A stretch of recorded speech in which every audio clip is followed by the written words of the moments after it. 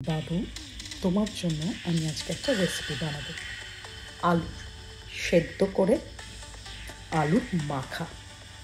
খুব সহজ, 1 মিনিটে তৈরি হবে। পেঁয়াজটা কুচি করতে হবে আর কাঁচা লঙ্কা কুচি করতে হবে, তাহলেই কিন্তু তৈরি। শুধু পদ্ধতিটা দেখে নেবে। একটা আলু সেদ্ধ করে মেখে রাখবে, সঙ্গে লাগবে কুচনো পেঁয়াজ, লঙ্কা, শুকনো লঙ্কা আর সাদা জিরে। ঘিটা গলে গেলে জিরে, কাঁচা লঙ্কা, সঙ্গে পেঁয়াজ, একটু নুন দিয়ে দেবে যাতে তাড়াতাড়ি মজে যায়। খুব সুন্দর পেঁয়াজের গন্ধ বেরোয়। আর একটু তেল মিশিয়ে নেবে। এই মাঝখানে শুকনো লঙ্কাগুলো দিয়ে দেবে।